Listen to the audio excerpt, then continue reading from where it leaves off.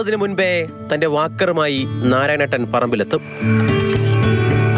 വാക്കറിൽ തൂക്കിയിരിക്കുന്ന വെട്ടുകത്തി ഉപയോഗിച്ച് പറമ്പൊക്കെ വൃത്തിയാക്കും.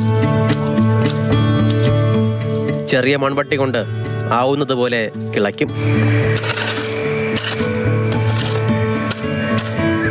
കൃഷികൾക്ക് വെള്ളമൊഴിക്കും. കോട്ടയം ഉഴവൂർക്കാരൻ നാരായണേട്ടൻ അടിമുടി കർഷകനാണ്. 100-ാം വയസ്സിലും ഈ മണ്ണിൽ ചവിട്ടി നിൽക്കുന്ന കർഷകൻ. അച്ഛൻ്റെ കൂട്ടത്തില് ചെറുപ്പം മുതലേ തുടങ്ങി ഏഴം പ്രായം പറയത്തില്ല.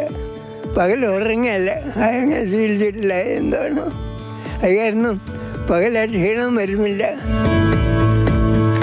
ഉഴവൂർ ഇടക്കോലിയിലെ മലയോര മണ്ണിലൂടെ നടക്കുമ്പോൾ നാരായണൻ തന്റെ പ്രായം മറക്കും.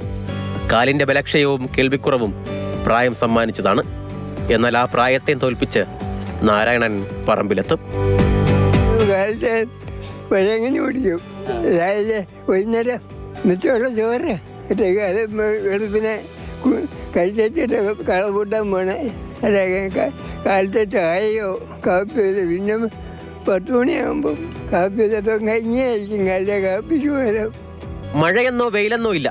ആ പറമ്പൊന്ന് കണ്ടാൽ, ആ പറമ്പിലൂടെ നടന്നാൽ നാരായണേട്ടന്റെ മനസ്സ് നിറയും. അന്നും ഇന്നും എന്നും നാരായണേട്ടന് കൃഷിയാണ് എല്ലാം.